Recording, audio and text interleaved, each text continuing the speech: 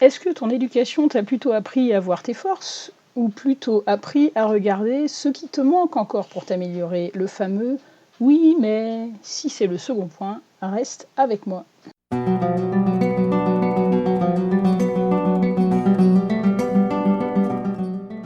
Dans cet épisode, je te partage comment j'ai pu apprendre à découvrir mes forces grâce à une approche québécoise. Épisode plus témoignage avec un fondement théorique et une démarche très technico-pratique dans cet apprentissage. A tout de suite.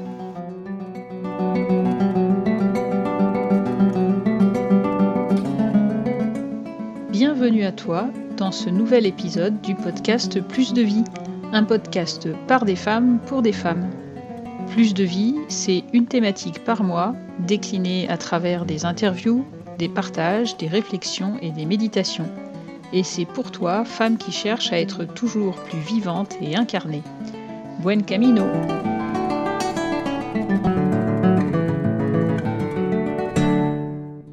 Dans l'épisode précédent, nous étions au Japon pour découvrir la richesse de l'ikigai. Aujourd'hui, nous allons au Québec à la rencontre de la démarche de Janine Guindon, fondatrice de l'IFIM à Montréal. Elle a trouvé comment faire voir leur force aux personnes qu'elle accompagnait à travers la relecture d'expériences fructueuses.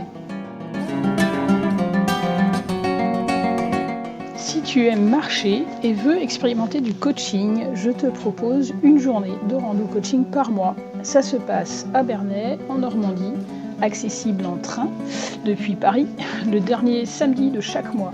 Écris-moi si ça t'intéresse à cécile@coachplusdevie.com. A tout de suite.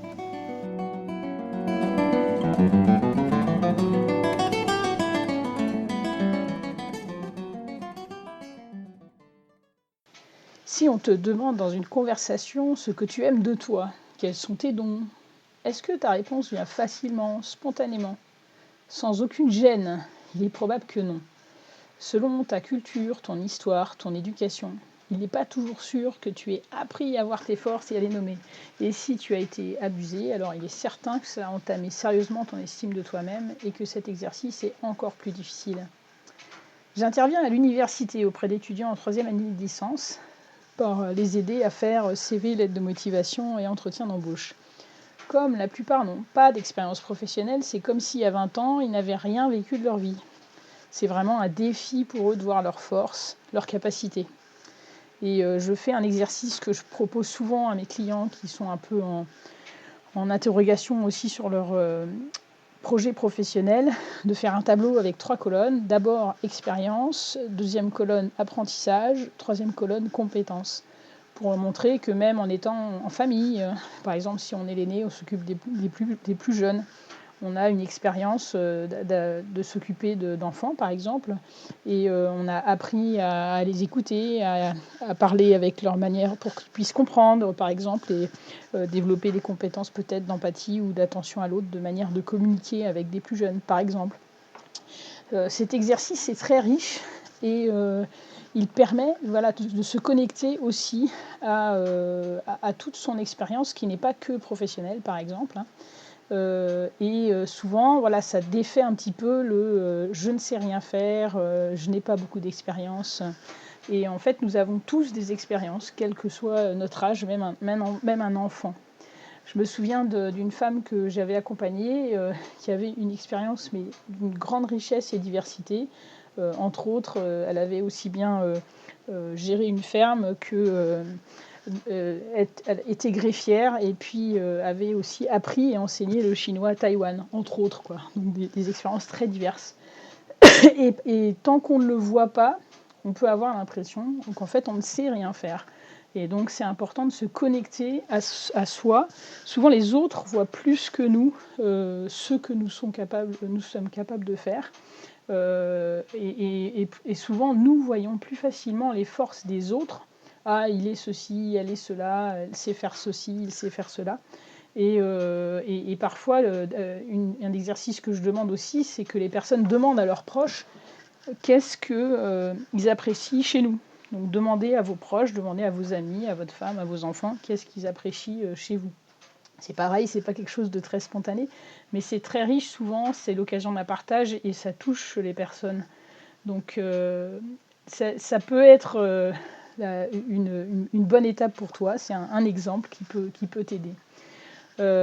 Pour voir les forces, quand on était à Montréal, on avait une semaine de la PEC pour commencer au mois d'octobre, autour de la Saint-François. Et un des exercices qu'on avait à faire, c'est d'aller vivre une expédition.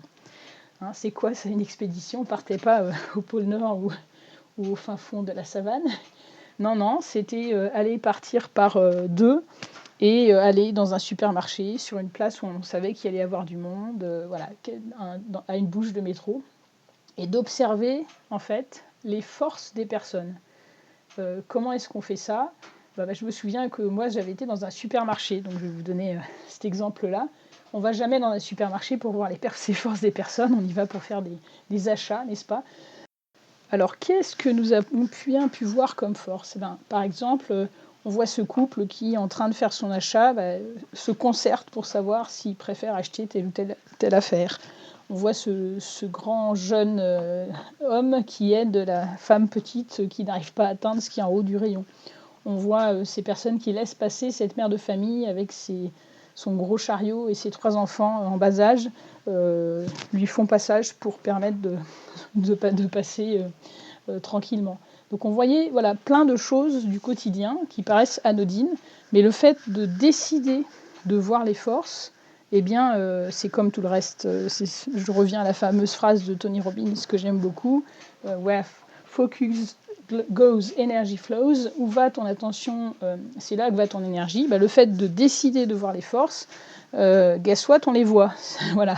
Donc même dans un supermarché, même dans un métro, même dans la vie quotidienne. Et cet exercice-là, je l'ai fait du coup, comme je venais, quand c'était la saison hivernale, j'allais à l'IFIM en métro, et donc je me suis mis parfois à décider de passer mon trajet de métro à regarder les forces, à voir les forces des personnes. C'est très ressourçant et apaisant de faire cet exercice, un peu de contemplation finalement, qui n'est pas habituel. Voilà. Mais alors, voilà, on en revient à cette question, c'est quoi ces forces, quoi? Parce que tu nous parles de force, Cécile, c'est gentil, mais c'est quoi? C'est que la force soit avec toi? C'est un machin un peu ésotérique? Qu'est-ce que c'est que ce truc-là? En fait, plus concrètement, les forces, en fait, se voient à travers la relecture d'expériences vécues, où tu étais en ouverture. C'est des expériences quotidiennes, aussi simples que faire ton lit. Car quelle que soit l'expérience, tu es là, toi, tout entière, avec tes forces, avec tes manières de faire, ta sensibilité, ton discernement, que tu en sois consciente ou non, en fait. La relecture va t'aider à en prendre conscience. Donc, d'où viennent les forces? À l'origine, Janine Guindon a travaillé...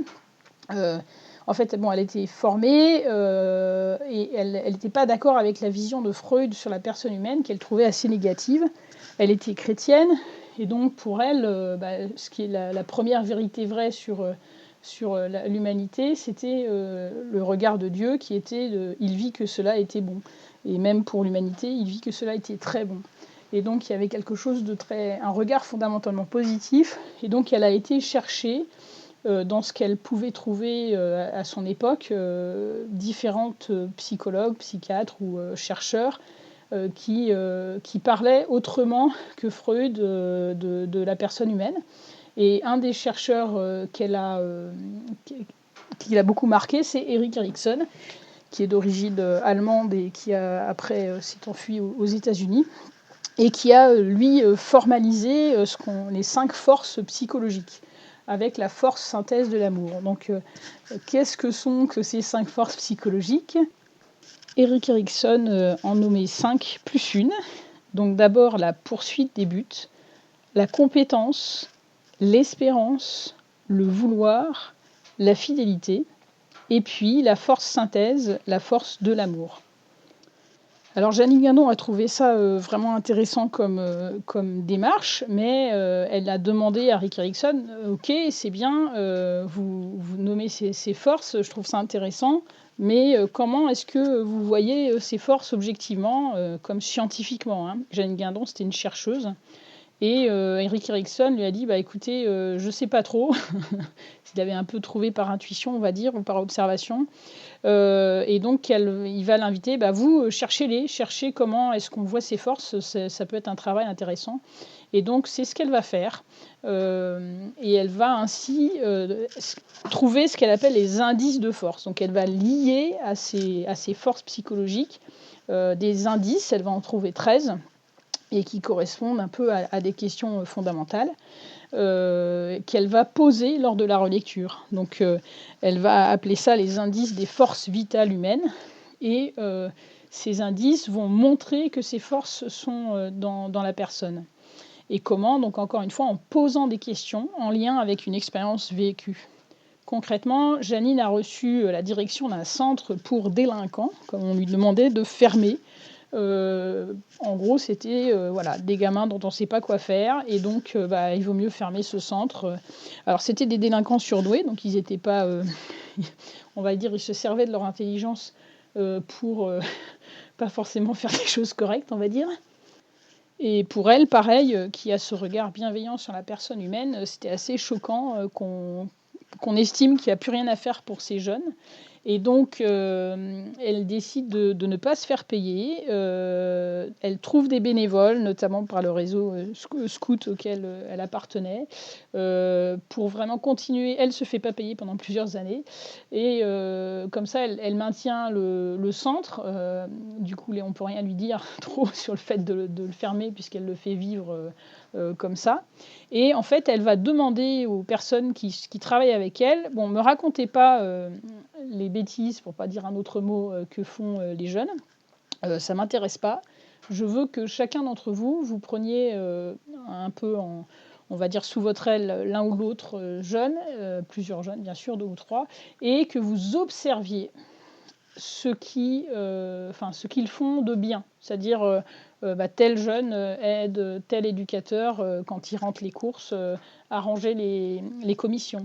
Voilà, des choses comme ça où les jeunes font des choses positives en lien avec l'autre. Et après, elle arrivait derrière et elle faisait relire à ces jeunes en posant des questions. Mais qu'est-ce que tu voulais en aidant Marc-André à rentrer les commissions ? Qu'est-ce que ça avait comme sens pour toi? Qu'est-ce que tu avais perçu pour l'aider à ramener les commissions, etc. Donc, les différentes questions qu'on pose en relecture. Et donc, petit à petit, elle a pu voir que ces indices marchaient, de ces questions qu'elle posait pour permettre à la personne de se voir. Et le résultat, c'est que le jeune était fier de découvrir, de prendre conscience, parce que c'est ça le cœur de la relecture, c'est que tu aides par ces questions à faire voir à la personne les forces qui l'habitent. Sinon, elle ne les voyait pas. Peut-être que pour elle, c'est naturel d'aider, par exemple, à ramener les courses, parce qu'il a toujours fait ça à la maison, même s'il faisait des bêtises par ailleurs, quoi. Donc, il avait reçu cette valeur d'entraide, par exemple. Hein. Et donc, mais il n'en avait pas conscience, c'était quasiment normal, par exemple. Ça, c'est une grosse phrase qu'on entend. Tu fais ça, c'est génial. Et on répond, c'est normal. Voilà. Ben non, c'est pas normal, en fait. Donc, de pouvoir se ressourcer à ces forces qui sont en toi et de pouvoir en prendre conscience, ça permet de vivre de la fierté. Et moi, j'ai pu faire vivre ça à des jeunes plusieurs fois ou à des adultes. Là, récemment, je l'ai fait vivre un petit temps de relecture en binôme dans un EHPAD. Et en fait, les personnes, de faire relire une expérience où ils étaient fiers d'une relation avec un résident. Et c'était beau de voir leur fierté et la fierté aussi de partager entre eux ces choses-là dont ils sont heureux. Et de voir aussi au début, quand ils parlent, ils disaient le résident ou la résidente est formidable, ce qui est très bien, hein, mais ils ne voyaient du coup pas leur propre contribution. Et petit à petit, par la relecture, en leur posant des questions sur ce qu'ils ont ou ce qu'elle a fait, ils pouvaient voir, ah oui, c'est aussi grâce à mon attitude, à ma manière d'être attentif à l'autre, au résident, que j'ai permis cette bonne interaction. Et donc de se voir à travers ça. Alors, un sujet, hein, c'est est-ce que ça ne va pas te rendre orgueilleux, hein, de voir tes forces? Est-ce que ça ne va pas te rendre orgueilleuse, suffisante de voir les forces qui t'habitent? En vrai, c'est une responsabilité hein, de voir ses forces. Parce que si tu vois que tu as cette capacité, par exemple, moi j'ai vu ça un peu grâce à l'IFIM, de gérer des conflits, par exemple, de monter, voilà, d'aller vers des situations qui ne sont pas évidentes et d'arriver à essayer d'apposer les choses. Bon, si je vois cette capacité-là, ça m'engage en fait au niveau responsabilité sur cette capacité-là. Si je vois une situation de conflit, ça ne veut pas dire qu'il faut forcément monter au créneau, mais quand même, il y a quand même une responsabilité dans le fait de ne pas faire comme si j'avais rien vu et de ne pas rien faire si je suis en capacité de pouvoir contribuer. Donc c'est aussi une responsabilité que ça amène au niveau de la contribution. Maintenant, voilà, comment ça se passe, cette histoire de relecture Eh bien, il y a d'abord le choix de l'expérience. On ne va pas relire n'importe quelle expérience. Je me souviens que Lorraine, qui nous formait à la relecture, on passait 1 an à l'IFIM à apprendre à relire, donc ça va, je ne peux pas vous l'apprendre en 20 minutes là, dans le podcast. Il y a 3 critères qui sont importants. C'est d'une part que l'expérience soit passée. C'est-à-dire qu'on ne relie pas une expérience qui est en cours ou qui va avoir lieu, c'est une expérience qui est déjà passée. Tu ne peux pas relire quelque chose qui est dans le futur. Et le deuxième critère, c'est que l'objectif est poursuivi, c'est-à-dire qu'on poursuit quelque chose. On n'est pas dans une expérience où il n'y a pas de but, même si le but est très simple, je vous dis encore une fois, ça peut être relire comment tu as fait ton lit. Et le troisième critère, il faut qu'il y ait de l'ouverture, que tu tiennes compte de l'autre. Alors, on peut décider de relire, par exemple, comment j'ai été prendre une marche, comme on dit en québécois, dans la mesure où tu peux avoir de l'ouverture là-dedans. Parce que, par exemple, tu te sentais fatigué et que tu avais besoin de te ressourcer. Si tu es ressourcé, tu vas être en meilleure interaction avec les autres aussi, donc c'est tout bénéf pour les autres aussi. Donc, pas parce qu'on fait une expérience seule qu'il n'y a pas d'ouverture, mais je me souviens que Lorraine nous racontait une histoire où il y avait une sœur de communauté qui était très fière de raconter qu'elle allait à la piscine. Et comme quand on relit une expérience, on commence par vérifier l'objectif et je voulais me faire du bien parce que j'avais besoin de me détendre, ok. Et puis l'ouverture de qui tu tenais compte, et en fait, elle s'est aperçue, Lorraine qui faisait la relecture, que en fait cette personne voulait tout simplement échapper à la réunion communautaire. Donc là, il n'y a pas d'ouverture, c'est-à-dire que tu fuis un lieu de vie dans lequel tu es engagé en pensant à toi et parce que tu n'es pas à l'aise avec la vie communautaire. Donc tu n'assumes pas vraiment le choix que tu as fait. Donc là, il n'y a pas d'ouverture, donc on ne peut pas relire une expérience comme ça. Donc les 3 critères, que l'expérience soit passée, que tu poursuives un objectif, que tu aies poursuivi un objectif et qu'il y avait de l'ouverture. Donc voilà, premier point, choix de l'expérience. Ensuite, il y a les questions clés pour découvrir les indices de force. Alors encore une fois, nous passions 1 an à apprendre à relire. Donc je peux ici que effleurer la question, te donner le goût d'aller plus loin si tu le souhaites. Si tu as des questions sur le sujet, tu peux m'écrire. Mon adresse courriel est dans la description de l'épisode. Mais même sans expérience de relecture, je t'invite à le vivre avec quelqu'un en qui tu as confiance. L'avantage de l'interaction, c'est que l'autre reçoit comme mission de t'aider à voir tes forces. Alors que souvent, seul, on n'ose pas vraiment y aller. Et après, on change de côté pour vivre la réciprocité. C'est ce que j'ai fait vivre en EHPAD. Les personnes n'étaient pas du tout formées en relecture. Et donc, alors des questions un petit peu clés, bien sûr, il ne s'agit pas de prendre chacune des questions pour une expérience. Nous, on a fait ça, mais encore une fois, pendant 1 an, on a relu une expérience. Moi, j'avais créé, par exemple, une lumière pour le sanctuaire de la chapelle où j'étais à Montréal, à partir de rien, parce que ça coûtait très cher d'en avoir une, et les sœurs avaient demandé à ce qu'il y ait une lampe pour le sanctuaire, parce qu'on avait la chance d'avoir la présence réelle dans notre chapelle. J'ai bricolé cette lampe et en fait j'ai passé 1 an à relire ce bricolage, et donc les questions qu'on m'a posées, donc en lien avec l'objectif, c'était qu'est-ce que tu voulais, en vue de quoi tu as construit cette lampe. Après il y a la question du sens, donc enraciné dans ce qui est important, donc qu'est-ce qui était important pour toi dans le fait de fabriquer cette lampe par exemple. La question de l'ouverture. Comment est-ce que ça s'est manifesté l'ouverture à toi, Donc il y a 3 niveaux, à toi, à toi-même, à l'entourage donc, et aux autres. En quoi tu as tenu compte de toi dans cette expérience, de l'entourage et des autres. Bien sûr, il faudrait creuser chaque point. Hein. Ensuite, pour voir la compétence, il y a la question du comment, c'est-à-dire comment tu as fait pour faire cela. Donc, on creuse un petit peu la question de maîtrise des moyens.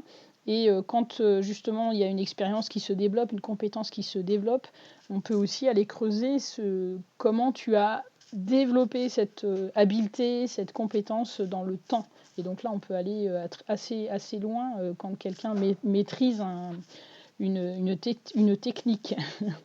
Ensuite, il y a la question du temps. Hein. Comment, pareil, on peut le creuser beaucoup. Comment as-tu organisé ton temps pour y arriver? Comment as-tu vécu ce temps? Parfois, on peut, le temps, ça peut être aller voir l'efficacité, voir avec quelle compétence la personne a développé pour pouvoir faire quelque chose de manière très efficace. Mais ça peut être aussi, à l'inverse, au contraire, le développement d'une compétence à travers le temps par la persévérance, c'est-à-dire que je dessine tous les jours pour pouvoir garder ma capacité à avoir cet œil affilié, cette main qui sait représenter ce que j'ai en face de moi. Pareil pour la musique, donc ça fait 25 ans que je joue de tel instrument, donc il y a des compétences qui se développent dans le temps, hein, je vous dis, ça peut être aussi bien une question d'efficacité dans un temps court, mais aussi de développement d'une compétence dans un temps long. Le temps peut être un point important. Ensuite, on a 2 indices qui sont liés, qui sont le renoncement et le choix. Pouvoir le conscientiser, ça permet de voir vraiment qu'on a... la question clé, c'est qu'est-ce que tu as mis de côté pour pouvoir poursuivre ce que tu voulais. Et en fait, il n'y a pas vraiment de choix sans renoncement, que nous en ayons conscience ou pas. Et le faire venir à la conscience, ça permet de s'enraciner aussi dans son choix. Donc les deux indices sont liés. Ensuite, nous avons 3 indices encore qui vont être liés. Perception, discernement, jugement. Ça, c'était très intéressant pour moi de faire le lien entre ces 3 indices. Qu'est-ce que tu as perçu, en fait? De quoi as-tu tenu compte lorsque tu as fait ce renoncement, par exemple? Mais qu'est-ce que tu as perçu? Et ça t'a permis de faire ce discernement, c'est-à-dire, le discernement, c'est un peu un moment, on va dire, intermédiaire où je regarde la situation, j'ai perçu des choses et je regarde en moi, dans quelle direction je vais aller. Et ensuite, je fais le jugement. C'est-à-dire qu'il y en a qui vont rester toujours au discernement, peut-être ceci, peut-être cela, ils hésitent, ils sont, comme on dit dans la Bible, à clocher des 2 jarrets, hein, comme c'est une expression, on va à droite et à gauche et on ne sait pas trop où on va. Et en fait, il y a ce moment du jugement où je décide. Je décide pour aller à droite ou à gauche. Je ne peux pas aller en même temps dans les 2 endroits, quoi. Objectivement, on ne peut pas. Donc, ces 3 moments sont importants. Souvent, la perception, on n'en a pas forcément conscience. C'est Marie-Marcelle Desmarais, qui est la directrice de l'IFIM, qui m'a formée à Montréal, qui est intervenue dans le cadre de restauration un peu partout dans le monde suite à des traumas, et notamment en Afrique suite à un terrible accident de bateau qui a fait perdre la vie à beaucoup de personnes. Et elle faisait relire une femme qui n'était pas montée sur le bateau. Et au début, elle disait c'était l'intuition ou je sais pas quoi. Et en fait, elle lui a fait parler justement de ce qu'elle avait perçu. Et en fait, le bateau, malheureusement, accueillait beaucoup plus de passagers que ne permettait normalement ce pourquoi il avait été construit. Et elle voyait, en fait, elle avait perçu que le bateau tanguait, était instable, n'était pas, ne filait pas droit, on va dire. Il avait il était trop chargé par rapport et elle le voyait, elle avait perçu. Et c'est ça qui avait fait qu'elle avait discerné de ne pas monter sur le bateau, ce qui lui a sauvé la vie.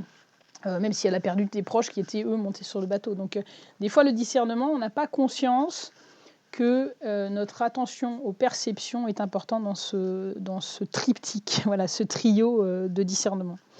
Ensuite, voilà, en lien avec... ça, c'est les expériences qu'on voit, les 10 indices qu'on voit dans toutes les expériences. Et après, on peut avoir du plus, on va dire, avec, comme je l'ai dit tout à l'heure, une maîtrise des moyens. Donc, comment est-ce que tu as développé cette compétence, cette habileté, souvent à travers le temps, ça ne se fait pas comme ça.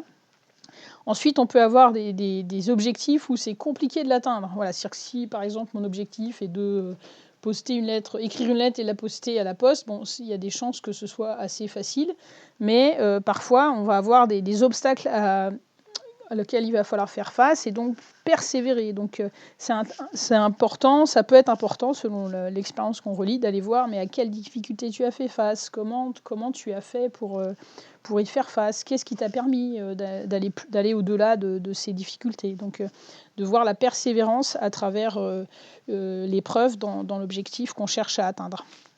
Et je finis par le meilleur, à savoir l'amour, bien sûr, ce que Erik Erikson appelait la force synthèse. Et ça permet de voir justement qu'est-ce que cette expérience te révèle de toi en train d'aimer. Donc c'est non seulement de voir l'amour, mais de voir comment toi tu as aimé. Et là, on a trois formes d'amour. Ça, on pourra peut-être le voir une autre fois dans un autre podcast, un autre épisode. Donc il y a l'amour de réciprocité, qui est un peu l'amour d'amitié. Donc il y a un échange dans la confiance. Il y a l'amour de sollicitude, de gratuité, où on n'attend rien en retour. Donc c'est plutôt l'amour maternel, paternel. Et il y a l'amour universel, qui est l'amour de sagesse, qui va au-delà des différences, au-delà de ce que je connais. Donc, dans telle expérience, quel type d'amour j'ai pu vivre et le voir et se ressourcer aussi dans cette prise de conscience. Donc, comme je le disais précédemment, toutes ces questions, tu ne vas pas les poser en une seule fois, mais déjà, tu vas t'intéresser peut-être à des proches en leur demandant par rapport à une expérience qu'ils ont racontée, qu'est-ce qu'ils voulaient en faisant ça, en quoi c'était important pour eux ou quel sens ça avait pour eux, de qui ils tenaient compte, voilà, des choses comme ça. Déjà, même avec ces 3 questions, tu peux aider la personne à se voir plus à travers ça. Et tu peux aussi toi-même te relire tes expériences sur le papier, mais c'est sûr que l'interaction offre quelque chose que n'offre pas le fait de relire tout seul de son côté. Donc je t'encouragerai à le faire à 2 éventuellement. Je vais mettre bien sûr accessible les questions et puis le tableau qui fait la correspondance entre les 5 forces d'Erik Erikson et les 13 indices de force. Ça te permettra d'éventuellement commencer à cheminer avec ça. Mais voilà, donc j'avais le goût, comme on dit en québécois, de te partager ça, qui a été une expérience très riche pour moi, qui change le rapport à soi.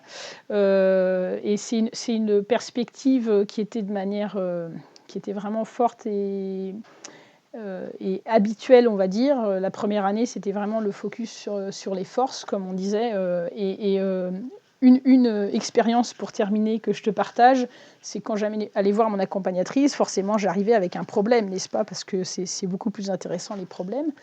Non, ce n'est pas français. Et la question de mon accompagnatrice, c'était raconte-moi une fois où tu as réussi. Raconte-moi une fois où tu as réussi. Et après, elle allait me faire relire, mais justement, comment tu as fait. Ça, c'est aussi une question clé, le comment tu as fait. Et pour moi, ce moment-là a été vraiment tellement... Alors au début, comme on dit en québécois encore, ça me tannait. C'était mais je te dis que j'y arrive pas. Donc il y avait l'enfant en moi, là, si on part dans la liste transactionnelle qui râlait en disant mais je te dis que j'y arrive pas et toi tu veux que je te dise que j'y arrive alors j'y arrive pas. Donc j'étais plus confortable à raconter mes problèmes qu'à voir que peut-être que des fois j'avais réussi. Et en fait, par ces questions, mon accompagnatrice m'aidait à voir, mais je suis sûre qu'il y a des moments où ferme tes yeux, descends toi-même. Je suis sûre que c'est pas exactement la même expérience, mais je suis sûre qu'il y a une fois où tu as réussi et on peut aller voir ça. Et donc d'aller faire cette démarche-là face à une difficulté, à un défi, d'aller voir en soi, mais est-ce qu'il y a des expériences où j'ai réussi ? Et ensuite, comment tu as fait et quel sens ça avait pour toi et tout ça, et revenir à ça et voir que finalement, comme j'ai déjà réussi, je peux me ressourcer à ça en moi pour trouver des solutions, même pour une situation qui est un peu nouvelle. Donc ça a été très important pour moi, d'où mon désir de le partager avec toi. Voilà. Donc je te souhaite une bonne journée et à très bientôt. Si tu veux aller plus loin, tu trouveras dans les notes d'épisode des liens vers un article où je synthétise ce que je t'ai partagé aujourd'hui. Et si tu es plutôt visuel, tu trouveras 2 carousels sur Instagram sur les forces et les indices de force. En écoutant cet épisode, peut-être as-tu pensé à quelqu'un à qui il pourrait faire du bien. Alors n'hésite pas à le lui partager. Dans le prochain épisode, je rencontre Hélène Laloux autour de la question de l'adoption. Sujet qui me touche de près puisque mon père était québécois et a été adopté par les Français. Hélène est d'origine indienne, adoptée par les Français. Elle accompagne des familles qui vivent cette réalité et partage à la fois son chemin personnel et quelques points de vigilance. D'ici là, buen camino!